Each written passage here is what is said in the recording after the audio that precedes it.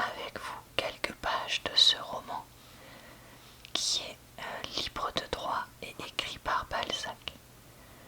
Je fais quelques minutes de lecture de ce livre chaque mois depuis un moment parce que j'aime bien le côté histoire pour s'endormir.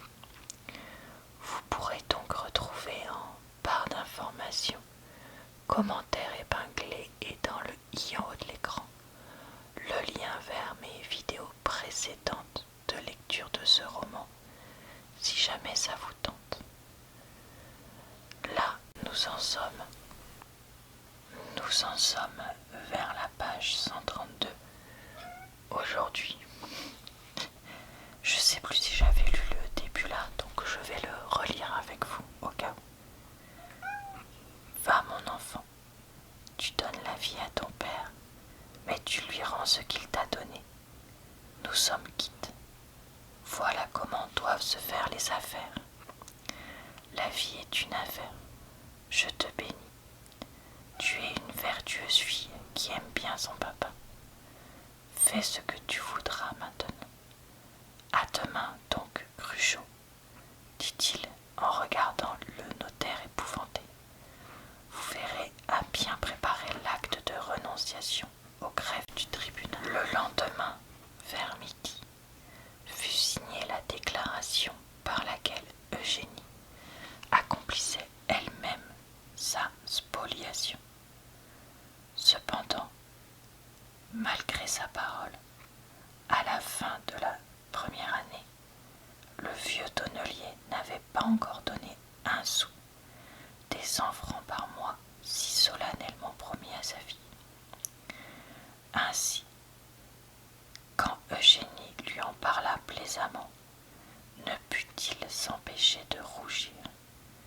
Il monta vivement à son cabinet, revint et lui présenta environ le tiers des bijoux qu'il avait pris à son neveu. « Tiens, petite, dit-il d'un accent plein d'ironie, veux-tu ça pour tes 1200 francs? Oh mon père, vrai, me les donnez-vous? Je t'en rendrai autant l'année prochaine, dit-il en les jetant dans son tablier. Ainsi, en peu de temps, tu auras toutes ces prologues, ajouta-t-il en se frottant les mains, heureux de pouvoir spéculer sur le sentiment de sa vie. Néanmoins, le vieillard, quoique robuste encore, sentit la nécessité d'initier sa fille au secret du ménage. Pendant 2 années consécutives, il lui fit ordonner en sa présence le menu de la maison et recevoir les redevances. Il lui apprit lentement et successivement les noms, la contenance de ses clos, de ses fermes.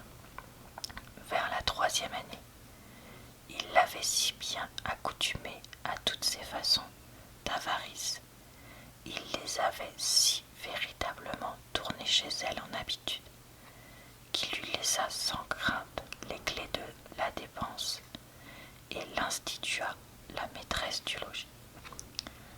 5 ans se passèrent sans qu'aucun événement marquât dans l'existence monotone de Génie et de son père.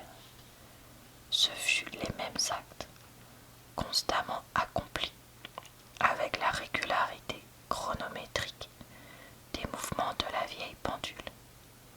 La profonde mélancolie de mademoiselle Grandet n'était un secret pour personne. Mais, si chacun put en pressentir la cause, jamais un mot prononcé par elle ne justifia les soupçons que toutes les sociétés de Saumur formaient sur l'état du cœur de la riche héritière. Sa seule compagnie se composait des 3 Cruchot et de quelques-uns de leurs amis qu'ils avaient insensiblement introduits au logis. Il lui avait appris à jouer au whist et venait tous les soirs faire la partie. Dans l'année 1827, Son père, sentant le poids des infirmités, fut forcé de l'initier au secret de sa fortune territoriale et lui disait: j'ai dû courir aller chercher le linge qui était dehors parce que ça y est, il se mettait à pleuvoir. De s'en rapporter à Cruchot le notaire, dont la probité lui était connue. Puis, vers la fin de cette année, le bonhomme fut enfin, à l'âge de 82 ans, pris par une paralysie qui fit de rapides progrès. Grandet fut condamné par M. Bergerin en pensant qu'elle allait bientôt se trouver seule dans le monde.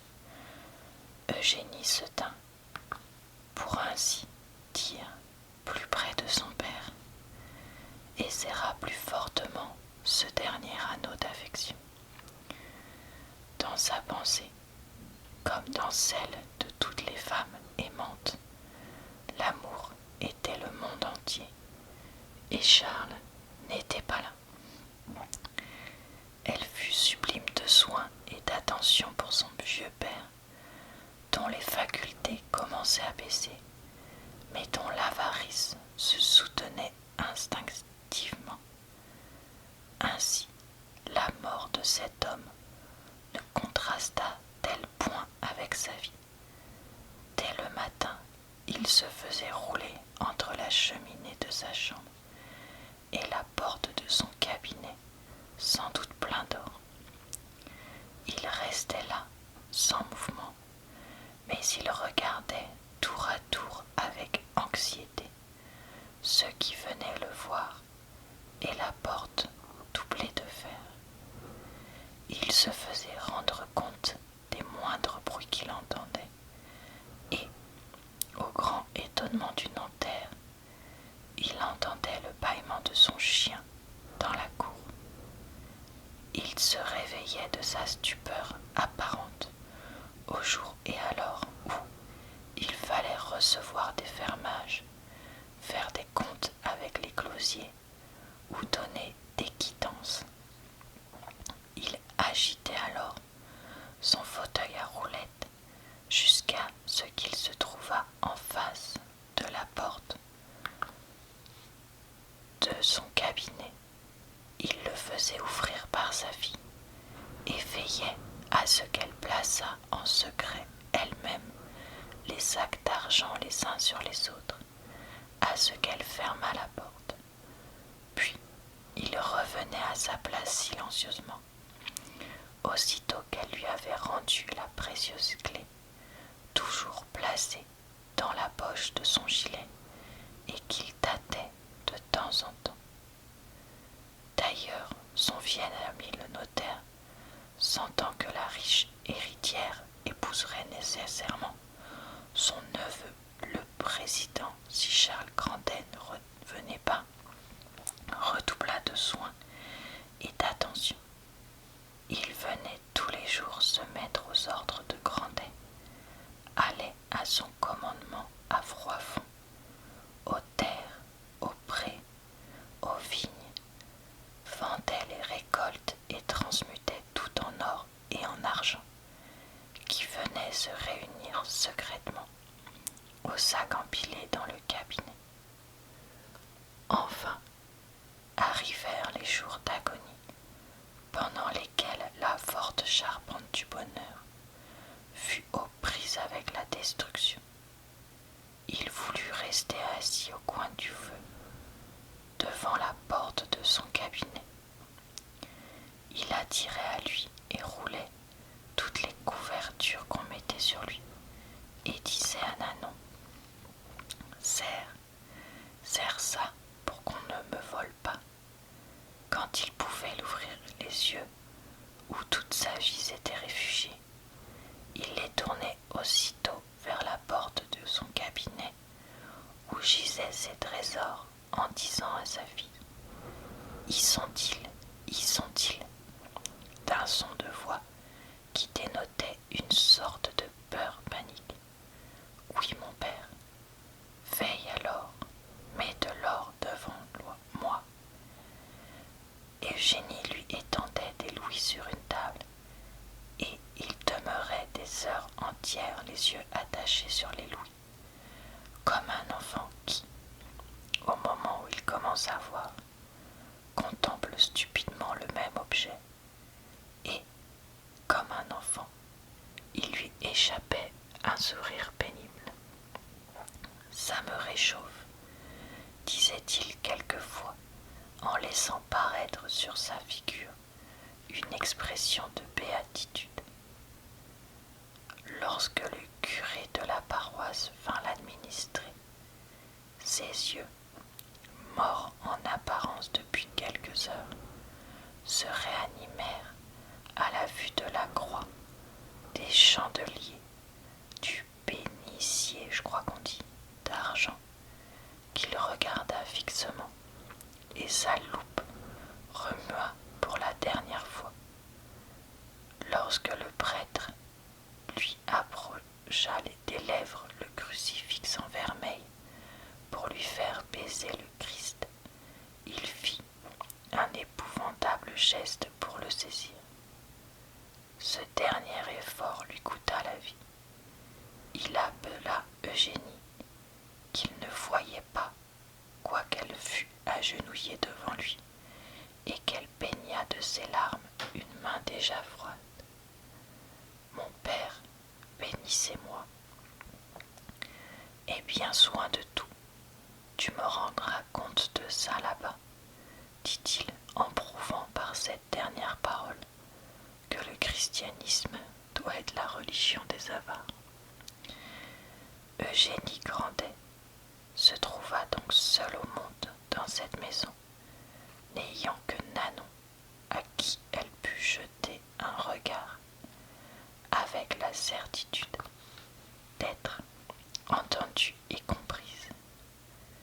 Nanon, le seul être qu'il aimât pour elle, et avec qui elle put causer de ses chagrins. La grande Nanon était une providence pour Eugénie. Aussi ne fut-elle plus une servante, mais une humble amie. À la mort de son père, Eugénie apprit par maître Cruchot qu'elle possédait 300 000 livres de rente en biens-fonds dans l'arrondissement de Saumur, 6 millions placés en 3% à 60 francs, et il valait alors 77 francs, plus 2 millions en or et 100 000 francs en écus, sans compter les arrérages à recevoir. L'estimation totale de ces biens allait à 17 millions. 17 millions de l'époque, je n'imagine même pas la somme que ça fait aujourd'hui. Où est donc mon cousin, se dit-elle. Le jour où maître Cruchot remit à sa cliente l'état de la succession, devenu clair et liquide, Eugénie resta seule avec Nanon, assise l'une et l'autre de chaque côté de la cheminée. De cette salle si vide où tout était souvenir, depuis la chaise à patins sur laquelle s'asseyait sa mère, jusqu'au verre dans lequel avait bu son cousin. Nanon, nous sommes seuls. Oui, mademoiselle, et si je savais où il est, ce mignon, j'irais de mon pied le chercher. Il y a la mer entre nous, dit-elle. Pendant que la pauvre héritière pleurait ainsi en la compagnie de sa vieille servante, dans cette froide et obscure maison qui pour elle composait tout l'univers, il n'était question de Nantes à Orléans que des 17 millions de mademoiselle Grandet. Un de ses premiers actes fut de donner 1200 francs de rente viagère à Nanon, qui, possédant déjà 600 francs,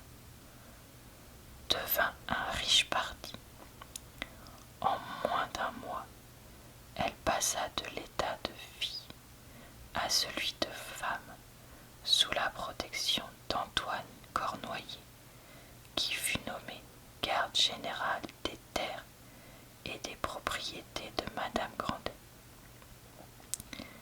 Madame Cornoiller eut sur ses contemporaines un immense avantage. Quoiqu'elle eût 59 ans, elle ne paraissait pas en avoir plus de 40. Ses gros traits avaient résisté aux attaques du temps. Grâce au régime de sa vie monastique, elle narguait la vieillesse par un teint coloré, par une santé de fer. Peut-être n'avait-elle jamais été aussi bien qu'elle le fut au jour de son mariage.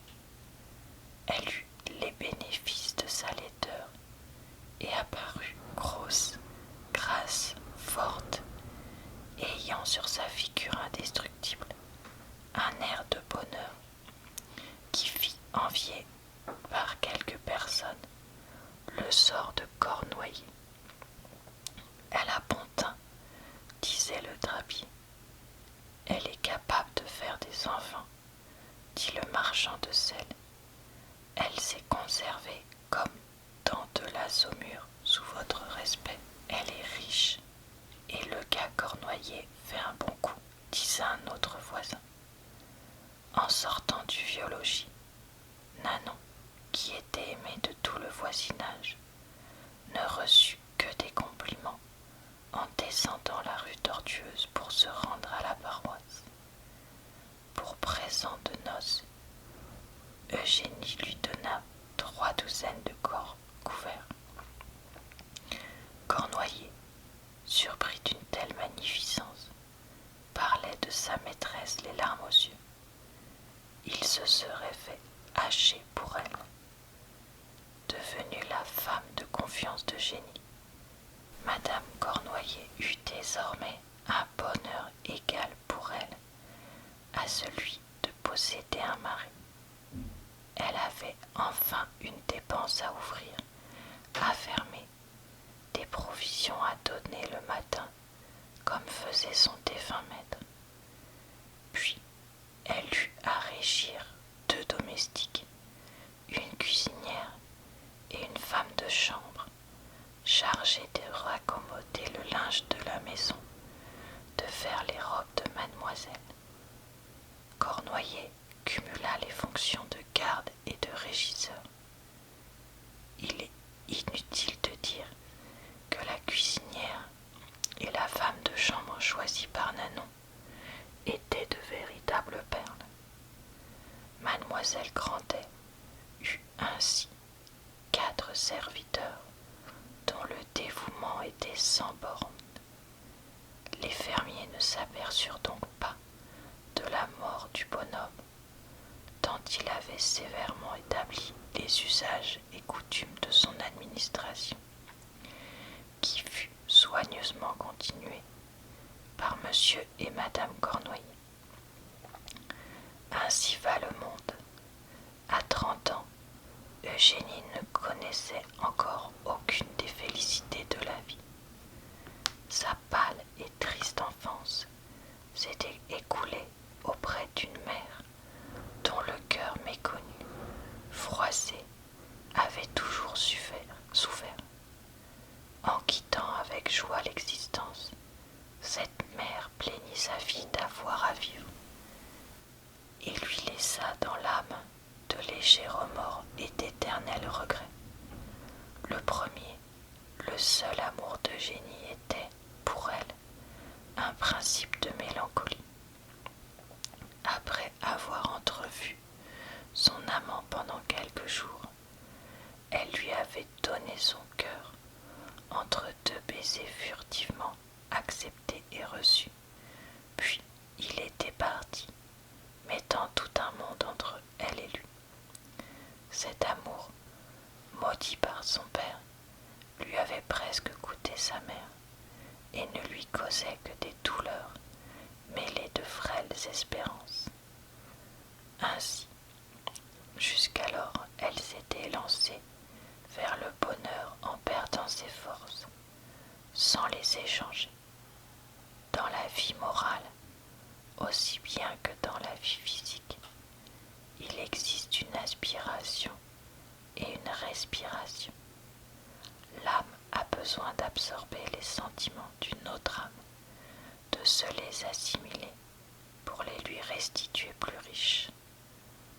sans ce beau phénomène humain. Point de vie au cœur. L'air lui manque alors. Il souffre et se dépérit. Eugénie commençait à souffrir. Pour elle, la fortune n'était ni un pouvoir, ni une consolation. Elle ne pouvait exister que par l'amour, par la religion, par sa foi dans l'avenir. Voilà, on va s'arrêter ici pour aujourd'hui. Je vous retrouve donc le mois prochain pour la lecture de la suite de ce livre. Je vous retrouve aussi, si vous aimez les livres, pour des vidéos David Livre toutes les semaines sur ma chaîne. Je vous souhaite donc une bonne soirée, une bonne nuit ou une bonne journée. Je vous retrouve également sur cette chaîne et sur ma chaîne secondaire